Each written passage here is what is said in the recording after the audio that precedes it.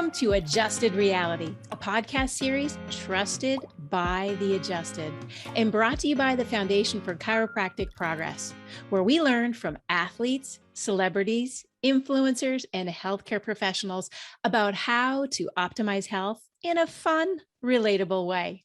Join me, Dr. Sherry McAllister, as I speak to retired NFL player Reggie Walker about his latest book, The Game Within the Game. Master yourself, win the game. We will take a deep dive into how football became Reggie's therapy after a history of sexual abuse and how it eventually became a trap for his depression. The Game Within the Game is a manual for anyone aspiring to go into college or professional sports and not just survive, but thrive. Reggie Walker, a retired NFL athlete, takes a deep dive into learning how to be successful when you start looking at sports, but also on the mental side of the sport as well as your healthcare. Reggie believes that you cannot survive on your athletic skills alone when playing. Mental and physical training is just as important, and this is a fantastic opportunity for us to learn how you cannot separate the mind from the body. So, welcome to our Adjusted Reality podcast, Reggie. Thank you for having me. Well, let's start with, I'm so pleased that you wrote the book because there's many out there that are really looking forward into going into professional sports, and also those that are inspired by your story and have some barriers to their future that they may need to overcome. This podcast is really about adjusting reality. And I wanted you to start with, you had a football career that clearly was successful and it motivated you to write this book. Tell us, start with your journey on why did you write the book and how did this book inspire you to get out into the community and start talking about your own experiences? Oh, thank you. So I wrote the book because in my experience from going from high school to college and college to professional sports, you see a lot of things that really leave a bad taste in your mouth. But in my opinion, you see a lot of things that were avoidable as far as how people went about the process. From a mental perspective of really understanding, you know, it was crazy to me that most people who are in the environment, it didn't surprise me that the higher you went up, the more dedicated and the more purpose driven they were compared to the step below. So because when I retired, it was I was in a really ridiculous place. I thought that, man, I climbed the mountain. I did everything I said I was going to do. I proved all these people wrong. Like, I did everything I said I was going to do. I should feel great, but I didn't feel great because all I kept thinking of was just all the failure and all these people who didn't get to this point, but I felt like should have. And I wanted to do something about it, but I really wanted to do something about the fact that I saw so many people mentally just getting destroyed day in and day out by just the job itself. And I did have some things. I had a system that I followed that helped me maintain my frame of mind, even though I was, like you said earlier, I'm a mental, physical, and sexual abuse survivor. During that period of time, I wasn't really vocal about it. It was something I kept to myself. So I was dealing with it internally. And then I had to manage being a professional football player, a father, a friend. I had to balance all these other responsibilities. So I had to have a very regimented system in order to make sure that I was, able to perform on the field. Reggie, you just created an opening for us to jump into in terms of the balance that happens in people's lives and where that balance can sometimes go really off the tracks. Let's just back up a second, just so our audience is really crystal clear on where you've been. So tell us, and many athletes will say it was the athletic opportunity that allowed me to keep carrying on when I sustained such trauma. Can you share with us a little bit about your background before NFL, and then as you kind of drove into the NFL, which is a big step? Okay. Yes. So I'm a military brat. Parents moved around a lot. I've, had the luxury. I call it a luxury at this period of time because of the perspective I've gained. But I've had the luxury of being in situations where I was a minority, where situations I was a part of the majority population from, a race standpoint. Also from a monetary standpoint, we've been really good to the point where we were so poor we had to get food from the church. So I gained a lot of perspective growing up in that background, but also from the ages of 4 to 12 is when I got molested and sexually abused by a friend of the family. A lot of people are very unaware of this. And at the same time, I was getting mentally and physically abused as well. And to combat this, to really, I found that the biggest thing that helped me to heal and to get all these frustrations and all the, let's call it energy from the trauma out was sports, and I excelled. I played almost every sport I could get my hands on, but I really had a fondness for football and the physicality and the technique, the art of it. It was something that always drew me to it. I used that energy because I felt as if my end goal, I could heal my way and I could create my American dream, you could say, by using this energy from the trauma to get to where I wanted to be, which was to be an NFL athlete, because in order to be happy, because I was so miserable. And I felt, and I had so much energy from the trauma and just trying to get through the day. And I had so much anger. I felt as if football gave me an outlet that I could use this anger to one day not be angry, and not have to be so miserable and feel the way that I felt. It wasn't until years later when I was actually in the NFL where it kind of hit me one day that, I meditated, I took a couple breaths, and it just hit me, you have everything. You have everything that you wanted. I was undrafted. I never started more than half a season in college. I worked my way to team captain, was a starter. Defense was made around me is awesome. And I'm sitting there in San Diego and I'm absolutely miserable. And I couldn't figure out why until I sat down and meditated and realized, dude, you proved everybody wrong. You've done everything you said you were going to do. What's the point anymore? And it didn't make you happy. And then it kind of devastated me at the same time, but it healed me at the same time because I was fighting for things for the wrong way. And then woke up, went to sleep, woke up, football was completely done for me. It was like all the energy was gone. And then from that moment on, that's when I would say like my healing journey started. I actually started dealing with the trauma that I went through. I did a lot of therapy to deal with it. I also wrote that course and wrote the book because I knew that there were so many people that were dealing with a lot of the same issues. Because especially once I actually got to the point in the NFL where I started confiding in my teammates about what happened to me growing up, the thing that shocked me the most was their response, because their response was the same thing happened to me. Oh, And it shocked me because I was, whether it was mental, physical, or sexual abuse, everybody I talked to about it, the same thing had happened to them. And you could tell that we're all using this as a coping mechanism, and football is a great one. But when I was transitioning out and that coping mechanism was taken away, that's when, things went downhill. I did 2 treatment center stays. I was very suicidal.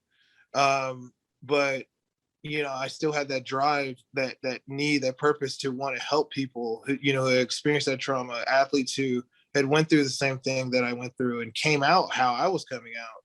I wanted to help people. So I used all that energy and created that book, created that course, and got myself together using all the same knowledge from the book and the course that helped me to succeed in the first place and manage myself mentally, emotionally. And now we got the course in Forbes Business School, and then through the Knowledge and Innovation Center in our partnership. It's in a couple colleges right now. The book was the bestseller, and then now, yeah, and I'm still doing my advocacy work, so that's where I'm at today. Reggie, that's an incredible path that you took, and I'm so glad that you spoke out. We discussed in previous podcasts that oftentimes trauma velcros itself to trauma, and you need to start tearing these pieces apart. Right. And there's an aspect that really, it's that moment in time where you talk about your trauma with someone else. And sometimes there's an area where they don't talk about it because there's shame, and there's just wanting to put it in the past and not deal with it. What do you say? And first start with, what made you just open up? And then what was the next step once you opened up to say, I get it. I get why I need to get help now. I get why I'm suicidal. And did the NFL help or hurt you in that process? Okay, so I started talking to people because when I think the first person I told what happened to me, I told a girlfriend in college, and I think I was 21 at the time. And then I didn't say anything about it until my third year in the NFL. And the reason why I started saying anything about it is because I knew that there was something growing inside of me that was tearing me apart, that needed to be dealt with. Um, and but during my period in college, I didn't think that it was a big enough thing for me to actually deal with it. I felt like I could still be happy without basically just keeping it off to the side, not dealing with it.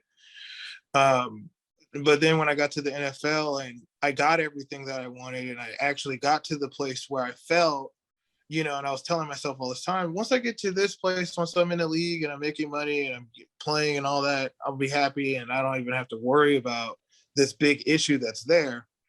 But once I got there, the issue was still there, and I had all these things. So, and I wanted to be happy. So I felt, well, only way, let's try things. I was curious. Like I was very curious. Um, I was curious more than I was afraid of getting help. And I really sat in that curiosity, and I led with the curiosity instead of the black and white thinking I had gone through before, which was, I'm gonna go in there and it's gonna be this.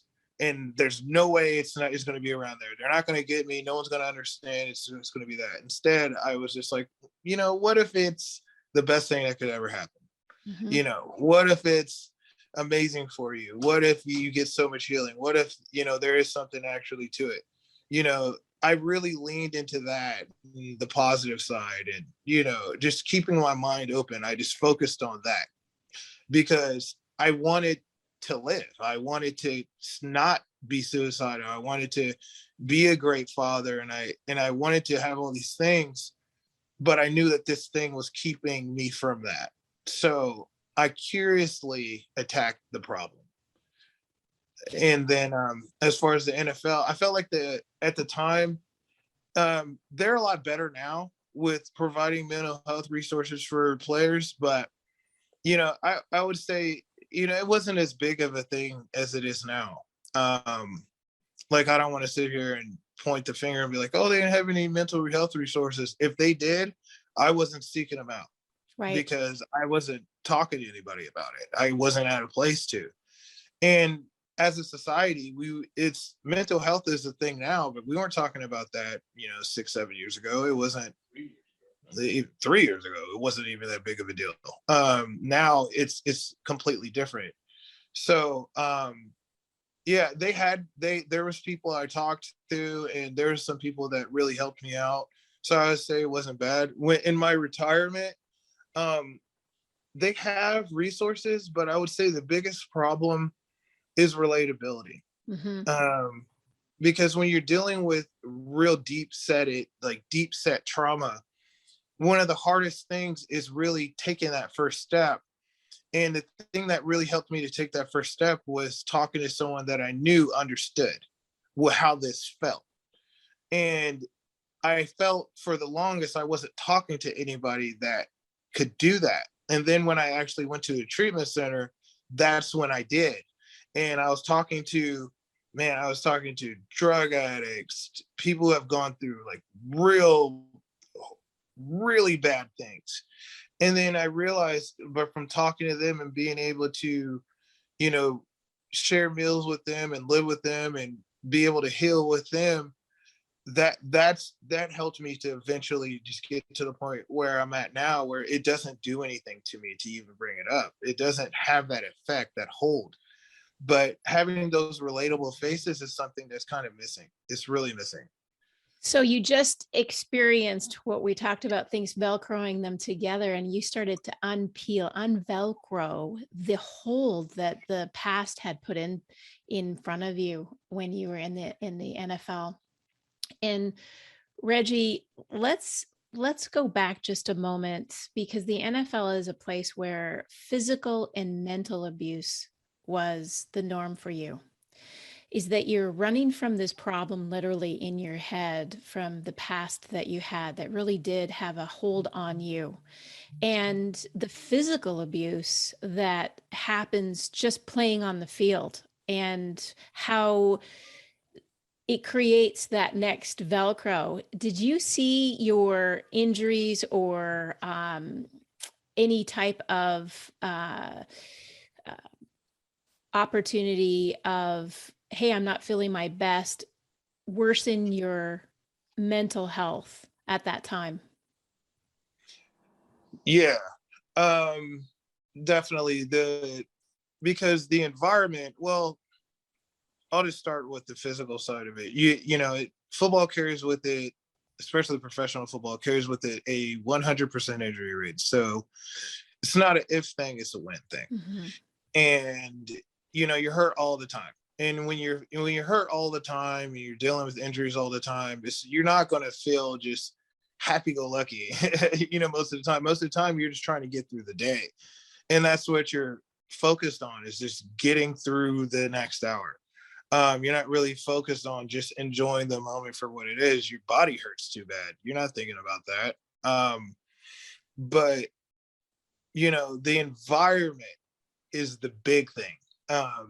That's the thing that carries with it the most stress, because it's not just regular stress. It's toxic stress. It's the stress that just seeps into you, and it's constant. It's a constant beating that never lets up. And you have to carry it with you continuously. Like I would tell people in the mornings, I would take a 10-minute drive to work every single day. And right when I got into the car, I knew it was go time. I needed to get my mind ready for what I was about to experience in that environment behind closed doors. So I would listen to whatever music could just get me to that place that would make me willing to put everything on a line, that could make me deal with the stress of knowing that you're in a really delicate situation. You think on that, a lot of people think on the outside that once you sign the contract or you got drafted or you're sitting down in the room, like your job is secure, you're there. No, it's a day-to-day job. It really is. It is a day-to-day job. You could make a mistake any day it's not just from practice or playing. You can make a mistake with the relationship you have with someone, or you don't form a relationship with someone you needed to, and then you're not playing, or you're just around somebody with the prop that's creating a problem. You didn't even have any hands in it, but you're around it, therefore you're a problem. And it's the paranoia, and then you're on TV, millions of people are watching you. When you're driving around, people are looking at you, everyone knows you, you have no privacy. And and then you're living your dream, but your dream is literally hanging on at how you perform every single day. Um, and you can't make a mistake. You're in this environment. You're in this whole thing is you're getting hit with all of that, and you cannot make one mistake every day. It just drains you. Absolutely drains you. No one What? gets it. No one cares because and I get it because you're making so much money. It comes with the territory. But the fact that the job itself is so mentally exhausting that it causes issues with like anxiety, depression, paranoia, big time paranoia. Oh my God. And as you saw this, and I'm in shock too, because it's one thing to be a celebrity. And for example, you're a movie star or whatnot, and you're going out and doing your thing and your world is upside down. And, you've got the paparazzi here, you've got this going on. There's another to be an athlete who's getting, basically beaten on the field and also have the rest of your life all in turmoil and chaos, physical and mental being really woven together. What were some of the things that you were doing physically to help you at least be able to get back on the field? Oh, they are tied together, to mind and body, and I really understood that really early on, thankfully. And I did have a regimen that consisted of, later on in my career, I meditated more, but before then, I would really take just time to myself and just not have anything on for 30 minutes to an hour, just kind of sitting there, that time where I can just like gather myself for the day. It was huge, just having that time of silence before, the calm before the storm. That was essential. I saw the chiropractor twice a week. It was absolutely essential because all the hits, you're throwing stuff out and things are all over the place. Being in proper alignment, just helps to avoid a lot of injuries. And I know there's a lot of times I had injuries from being misaligned, and I know for a fact because you feel it, and then after a while you get very accustomed to knowing how your body works because that's your moneymaker. Yeah, so yeah, acupuncture. I would do acupuncture at least once a week. That was absolutely phenomenal. I got massages, and I really maintained my diet. I drank a gallon of water a day every day, and but I really maintained my diet, and I really focused on sleep. And out of all the things that I felt were most important outside of getting adjusted, because oh my gosh, not being adjusted, I couldn't sleep. If I didn't have it, I wasn't thinking right. I couldn't lift. You can't perform where you want, but sleep was such a huge thing. I would take naps whenever I could. I would sleep as much as I can. Like, and I was thinking in my head, recovery time, recovery time, recovery time.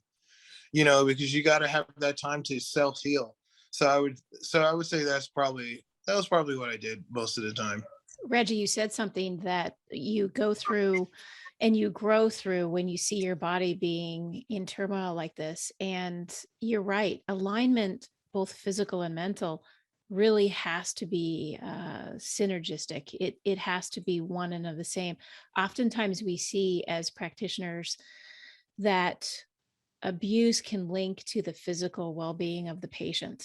And when you start unraveling, and yes, adjustments can be made in incremental spots. And sometimes we look back and say, I remember Jerry Rice had said something really poignant. And as I ran out of fear, I didn't want to get hit. And, chiropractic really extended my career by anywhere from 8 years and up. Is I think back to how unfortunate the past has been to NFL players who did not have someone who could help bring their alignment back into purpose. And now we have the opening of being able to physically understand where alignment plays a role in your in the chiropractic realm. And now we're starting to open up that conversation with the mental aspects of it, take away the stigma, and also have someone who can relate. The empathy that goes with this is, I want to hear someone else's story who's gone through what I've gone through, because there's a calming effect that happens when you know someone has had an adjustment to manage their physical pain, or someone has had a rehab experience where they were able to talk to people that have gone through what you've gone through and worse. And you start to see that you can do it. Your dreams can be achieved, and you can start unlinking these tremendous traumas in our world. And I think you could probably say writing the book was rather cathartic by unlinking some of these events. What's your thought on that? Oh, 100%.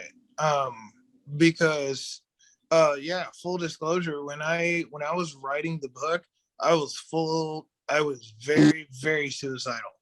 And I was purposeless myself, but I knew what I knew from going through this experience would help so many people, not just athletes, or student athletes, but it would help anybody who's just trying to find purpose and reason in, a plan in their life.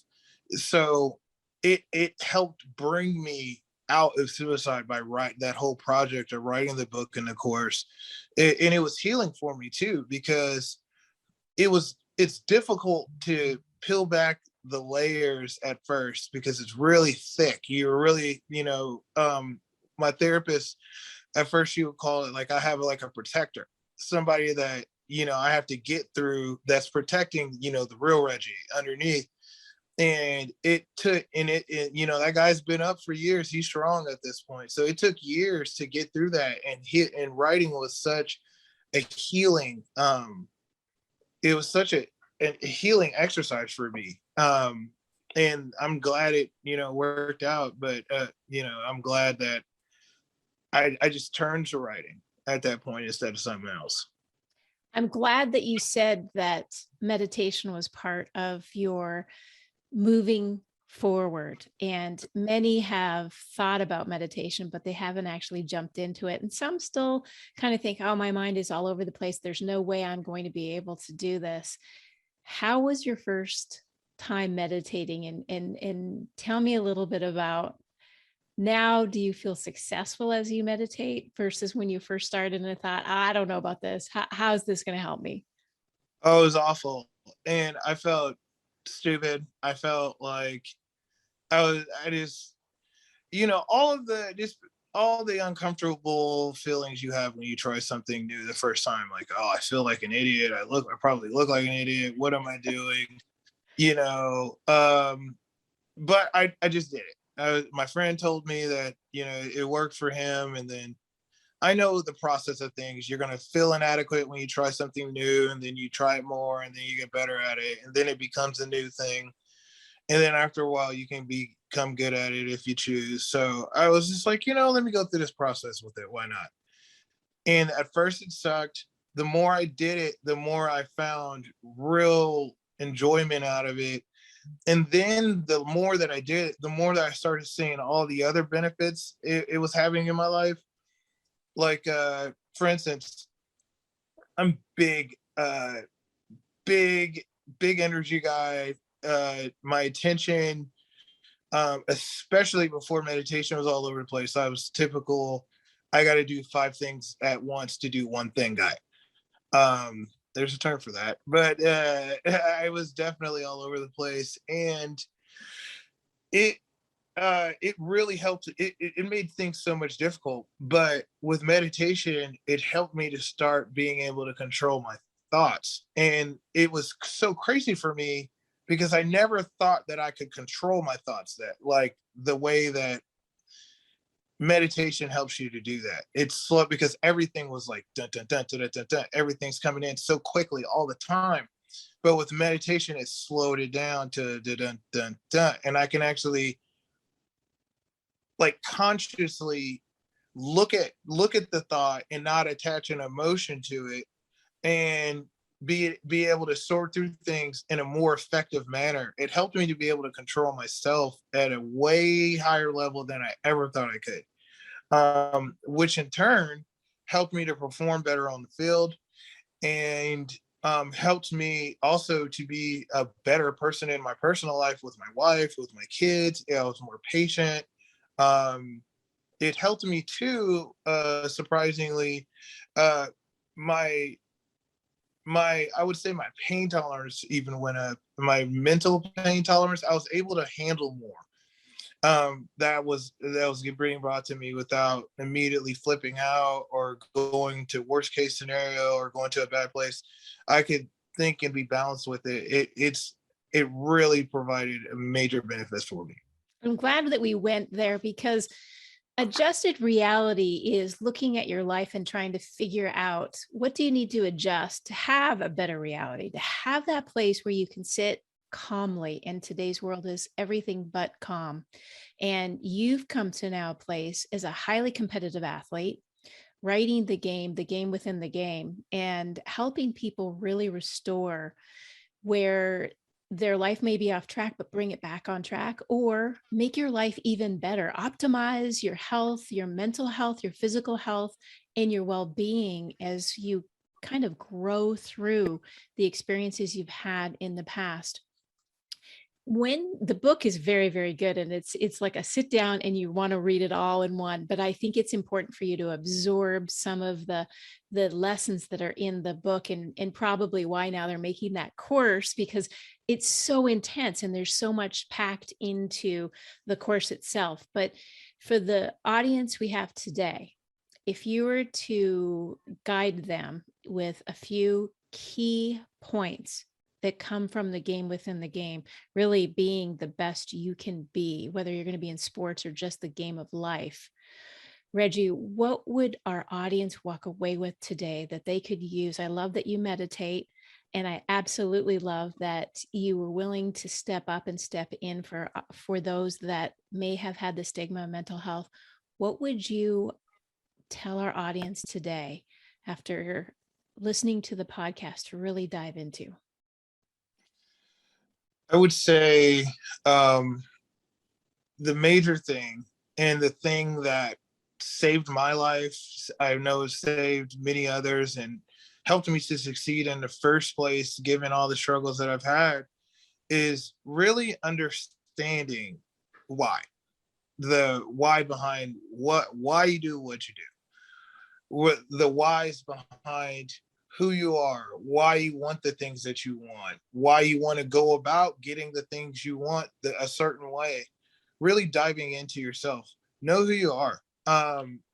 It's it's a process that is brutal, but a process that every one of us has to go through, because you can weaponize that in order to get to where you want to be at at a much more effective rate than I even thought possible, that most people even think could be possible. And not only can you get everything that you want out of life, but you can get things your way, and you don't have to go through the process of tearing yourself down to get there. You don't have to become somebody that you don't want to be to get to where you want to be. It's very attainable. Um, there's a different way you can live your life. And with the game within the game, that's just what I really wanted to teach people with. And, like, that's the process you go down. And that's why the first thing that I even talk about in the book is, your pearl, and which is really just your motivations, your whys. And using those whys to weaponizing your whys with a plan and awareness of yourself and your strengths, and then knowledge of the environment to get to where you want to be, wherever you want to get to. And the book itself, it's written like I'm talking to a student athlete, but it really is just a personal development book. It really is. And I feel as if anybody, no matter what environment they're in, can really gain a lot of knowledge about themselves, about other people, about finding purpose, about planning effectively, and even using a structure to go into whatever environment and be successful, anybody can use this and be great wherever they're at. So, um, you know, that's really, you know, what I wanted to do with the game within the games, is be able to give that gift to a lot of people that I knew who could use the knowledge. And I feel like anybody could use it. Well, Reggie, I have to say, after reading it, I think you won this game. I think if you pick that book up, and the game, when we talk about games, they should be fun. And you bring a raw, real, authentic approach to today's reality. And that's where I think most of us can use that as we go through some very difficult times, and we can grow and build and prosper by initiating resources into our lives that really do make us think. And I think it's a very important piece that you just brought up, which is the why. Why are we here? I know why I'm here with Adjusted Reality. It's to bring people on like you. I couldn't have more fun. And the game is about winning, and you can smile and enjoy life. And I'm so proud, Reggie, of the book that you've written, and the fact that you are able to share it in such a wise and comfortable and exciting way that people can just say, you know what? Doesn't matter where you are now. Think where you can be. And that's such an incredible place. Reggie, I want to thank you so very much for joining us today. I think our audience has a lot to learn and lots to engage in the future. And with you by their side, I think it'll be a fun place, and we will win the game within the game, Reggie. Thank you. We will. Thank you so much for having me on. This was amazing. And thank you so much. Thank you for tuning in to Adjusted Reality, as we spoke to Reggie Walker about his football career, his mental and physical recovery, and what pushed him to write his recent book, The Game Within the Game: Master Yourself, Win the Game. He left us with an important homework assignment. Why? Why are we doing what we're doing? Why is it important?